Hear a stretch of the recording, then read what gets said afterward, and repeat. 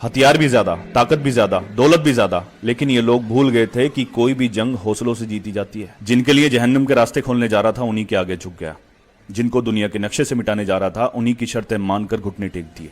Iran ने सिर्फ इन लोगों का ही घमंड नहीं तोड़ा है, बल्कि दुनिया के हर उस जालिम को यह सोचने पर मजबूर कर दिया जो कुर्सी पर बैठकर ये सोचते हैं कि हम ही खुदा हैं और जो चाहेंगे वो करेंगे। जैसे ही ईरान को नक्शे से मिटाने की बात की गई, लोग ये कहते हुए सड़कों पर उतर आए कि राह में खतरा भी है लेकिन ठहरता कौन है, मौत कल आती है आज आ जाए, डरता कौन है, तेरे लश्कर के मुकाबिल में अकेला हूं मगर फैसला मैदान में होगा कि मरता कौन है। 2 हफ्तों के लिए सीज फायर हुआ है। सीज फायर यानी अब कोई भी किसी पर 2 हफ्तों तक हमला नहीं करेगा। 10 शर्तें रखी गई, उनमें से कुछ शर्तें मैं आपको बताता हूं। पहली शर्त, जो भी नुकसान ईरान का युद्ध में हुआ है वो नुकसान जो है अमेरिका भरेगा।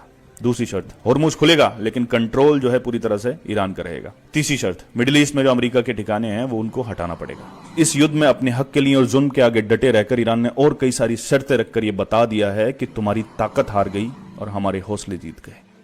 क्या आपको पता है, जब बहुत सारे लोगों को अपने अंदर बैठाकर यह हवाई जहाज जमीन से उड़ता है तो अपनी पूरी ताकत लगा देता है। और सिर्फ ताकत ही नहीं लगाता, अपने अंदर का ईंधन, लगभग एक नॉर्मल उड़ान का 1/4 ईंधन वहीं पे खर्च कर देता है। और फिर जाकर जब ऊंचाइयों पर पहुंचता है तो ना इतने ईंधन की जरूरत होती है और ना ही इतनी ताकत की।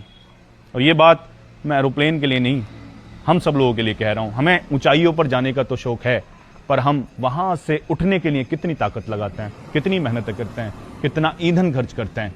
और हाँ, ये सब करना जरूरी है ऊंचाइयों पर जाने के लिए। अब कुछ लोग डायरेक्ट ऊंचाइयों पर पहुंच जाते हैं, किसी का सहारा लेकर, कोई सहारा देता है, कहीं कोई अपने हाथों में लटका लेता है। लेकिन जरा सोचिए कि जिन लोगों को पता ही नहीं कि किस तरह से मेहनत लगाकर ऊंचाइयों को हासिल किया गया है, उन लोगों को उतरना क्या आएगा। और जिन लोगों को उतरना नहीं आता वो ऐसे औंधे मुंह गिरते हैं। इसलिए किसी ने क्या खूब कहा है, ऊंचाइयां वही भाती हैं जो अपनी मेहनत से हासिल की गई होती हैं। जो मेहनत से हासिल नहीं करते वो या तो उनकी कदर नहीं करते या फिर औंधे मुंह गिर जाते हैं। इजराइल ने सीज फायर का समझौता 10 मिनट में तोड़ दिया। ऐसी जगह बम गिराया जहां पर सैकड़ों लोग मारे गए और उससे भी कई ज्यादा घायल हो गए। वो आतंकवादी जो ये दावे कर रहा था कि ईरान ऐसी जगह बम गिरा रहा है जहां पर जानबूझकर लोगों को मारना चाहता है, सिविलियंस को मारना चाहता है, अब उस आतंकवादी से कोई नहीं पूछेगा कि तूने कहां बम गिराया, तूने किन लोगों को मारा है। खैर, अब ईरान भी बदला लेगा, हमला करेगा। स्ट्रेट ऑफ हॉर्मुज को फिर से बंद कर दिया गया है, तो जो यूएस का दावा था कि हम जीत गए, हमने खुलवा दिया है, तो वो फिर से बंद हो गया है। यानी उसका जो खामियाजा है पूरी दुनिया के आम ही लोग भुगतेंगे। हमला न करने का वादा किया, वादा तो वही लोग निभाते हैं ना, सच तो वही लोग बोलते हैं जिनके पास ईमान होता है। और जिनके पास ईमान ही नहीं होता वो अपनी बात का, अपने वादों का भ्रम क्या रखेंगे। हम जो सोच रहे थे कि युद्ध रुक गया है, रुका नहीं है।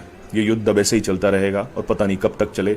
लेकिन ये बात पक्की है कि ये जो भी हो रहा है, ये जो नुकसान जो हो रहा है, इस नुकसान का खामियाजा पूरी दुनिया की आम इंसानों को भुगतना पड़ेगा। मारे भी आम इंसान ही जाएंगे और जो कमियां आएंगी चीज़ों की, महंगाई होगी, उस सब का खामियाजा भी आम इंसानों को भुगतना पड़ेगा।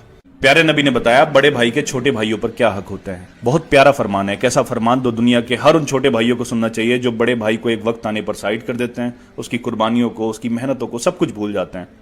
प्यारे नबी सल्लल्लाहु अलैहि वसल्लम फरमाते हैं कि बड़े भाइयों के अपने छोटे भाइयों पर इस तरह से हक होते हैं जैसे कि बाप के अपनी औलादों पर हक होते हैं। यानी बड़ा भाई बाप के जैसा होता है। तो अगर बड़े भाई को ठुकराओगे, उसका दिल दुखाओगे, तो बाप को ठुकराओगे, बाप का दिल दुखाओगे। फिर बाप नाराज तो रब नाराज, और अगर रब नाराज तो फिर कितनी भी मेहनतें कर लो, ना सुकून मिलेगा और ना कामयाबी। उम्मीदों के आगे टूट जाना अच्छा नहीं लगता, किसी और के आगे हाथ फैलाना अच्छा नहीं लगता। मुझे हमेशा देने वालों की कतार में रखना या रब, तेरे दर के सिवा कहीं और सर झुकाना अच्छा नहीं लगता। तेरे दर पे झुके मेरा सर। बाबूजी, बाबूजी, मैं मर जाऊंगा तो मुझे तुम कफन दे दोगे? क्या हुआ भाई? मेरे बच्चे मर जाएंगे तो उनको कफन दे दोगे? क्या हुआ? बच्चे ठीक हैं? क्या हुआ? क्या हुआ भाई? पता नहीं, बाहर से रोता हुआ आ रहा है, बोल रहा है कि मेरे बच्चों को कफन का कपड़ा दे दो, मुझे कफन का कपड़ा दे दो, रेहान सर से मिलवा दो। मेरी फैमिली से कोई मर जाएगा तो गांव वालों को खाना दे दोगे? भाई हुआ क्या है? तेरे परिवार में ठीक है ना सब? क्या हुआ है बता ना, क्या हुआ है? क्या हुआ? पहले खड़ो, यहाँ बैठो, पहले यहाँ बैठो। क्या हुआ? अरे बैठो बैठो, यहाँ बैठो। क्या हुआ है? बच्चे ठीक है ना? क्या हुआ है? कोई हॉस्पिटल में है कोई? क्या हुआ है? क्या? उठो उठो उठो उठो, यहाँ बैठो, यहाँ बैठो, यहाँ बैठो, शाबाश, उठो उठो उठो, यहाँ बैठो। क्या हुआ है बताओ, क्या हुआ है? हाँ, इधर इधर इधर इधर इधर देखो, क्या हुआ है? बताओ बताओ, क्या हुआ है? क्या हुआ है? अरे बताओ ना। कोई बीमार है? कोई बीमार है घर में?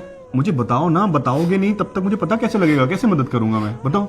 आप मुझे ये बता दो कि तुम हमारे मरने के बाद हमें कपड़े और खाना दोगे या नहीं दोगे? भाई कैसी बातें कर रहे हो। अच्छा ठीक है मैं दे दूंगा, मैं खाना भी दे दूंगा, मैं कफन का कपड़ा भी दे तो दूंगा। फिर जो मरने के बाद दोगे वो अभी दे दो ना।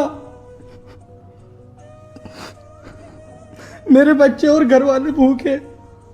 सिर्फ अपनी परेशानी लेकर ही नहीं आया था, मुझे जिंदगी का बहुत बड़ा सबक सिखा गया।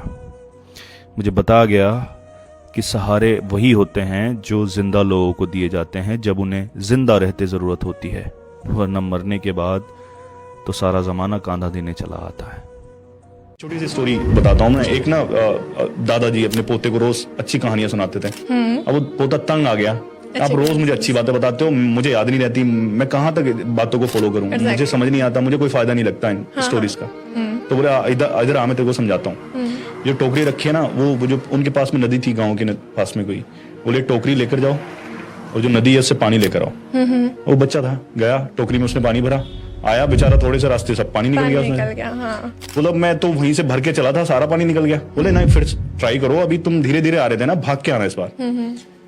फिर से उसने भरा, वो तेज आया थोड़ा, फिर से निकल गया। बोले दादाजी फिर से निकल गया।